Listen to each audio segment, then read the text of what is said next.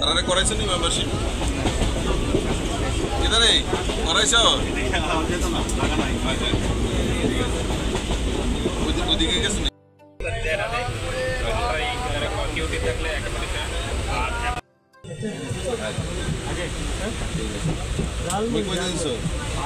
হ্যাঁ কি করো তুমি হ্যাঁ কোনানে ধর্মনগরে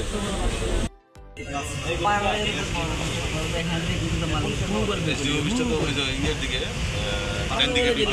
বাজারের লোক তারা ছিলেন বিমল চক্রবর্তী আগে যে শঙ্কর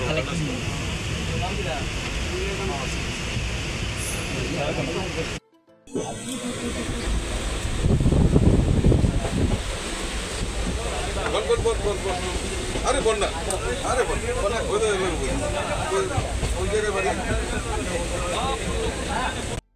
20 টাকা এদিকে তো আমাদের অটো দিয়া না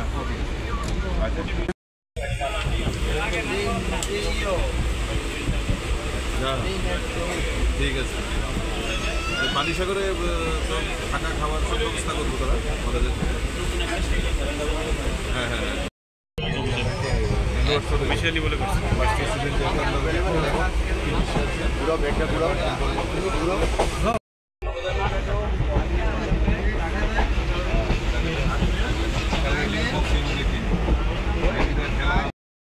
মেম্বারশিপও করাইলাম আর আমি মানুষের কী সুবিধা অসুবিধা একটু খোঁজখবর নিলাম যাতে পরবর্তী সময় ঠিক করে সেই কারণে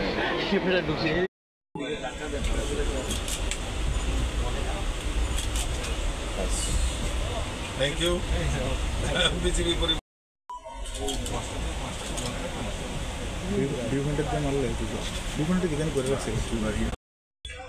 মূলত আমরা জানি যে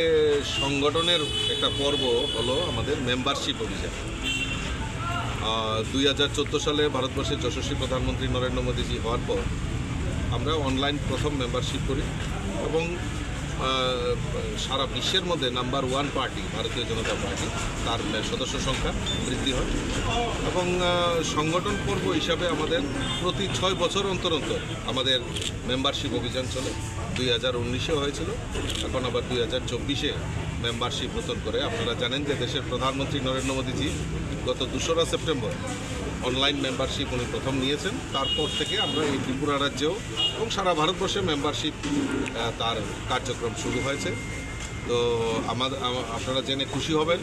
এখন অবধি প্রায় 4 লাখ ছয় আমাদের মেম্বারশিপ হয়ে গেছে অনলাইনে এই ত্রিপুরা রাজ্যে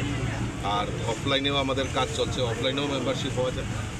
তো তারই অঙ্গ হিসাবে আজকে আমি আগরতলা থেকে যে ট্রেন পরিষেবা আমাদের দেশের যশস্বী প্রধানমন্ত্রী আসার পর যে ট্রেন পরিষেবা সেই পরিষেবা কীরকম হচ্ছে এবং যারা যাত্রীরা রয়েছেন তাদের সঙ্গে একটু আলাপ আলোচনা করা তারা কীরকম ট্রেনের পরিষেবা পাচ্ছেন বা ট্রেন কীরকম চলছে সেই সম্পর্কেও খোঁজখবর নেওয়া প্লাস পাশাপাশি আমাদের যে মেম্বারশিপ অভিযান চলছে সেই মেম্বারশিপ অভিযানে